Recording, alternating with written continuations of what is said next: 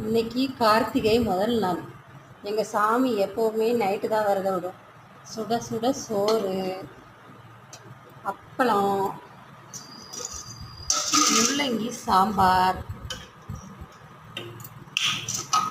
அடுத்து கோவக்காய் பொரியல், அடுத்து முட்டைக்கோஸ் கேரட் பொரியல்,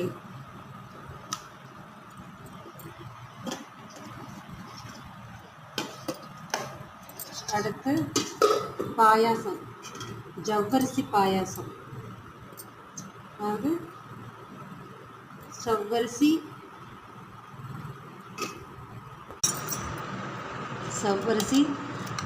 பாசிப்பருப்பு போட்டு பாயாசம்.